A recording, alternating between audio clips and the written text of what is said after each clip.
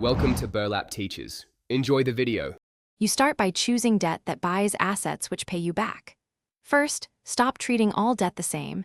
You will move consumer balances to payoff and funnel borrowing into income-producing purchases. Open an LLC or S Corp so the loan sits on a business ledger, not your personal credit. Once set, negotiate a low rate and terms that let rental rents, royalties, or business margins cover payments. This creates positive cash flow and begins the leverage cycle Kiyosaki teaches. Now you deploy leverage with disciplined math. Compute ROI for each purchase so you know why debt makes money here.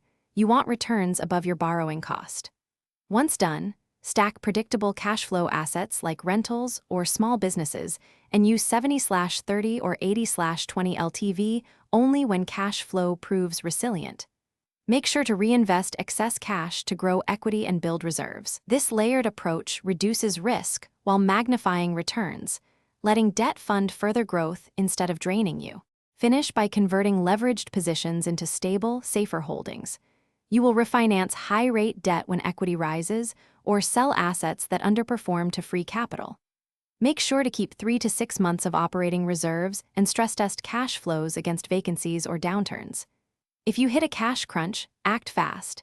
Negotiate deferrals, extend terms, or restructure loans before defaults. This troubleshooting prevents forced sales and preserves your leverage strategy, so debt remains a tool, not a trap. Thanks for watching. Consider subscribing if this video helped you.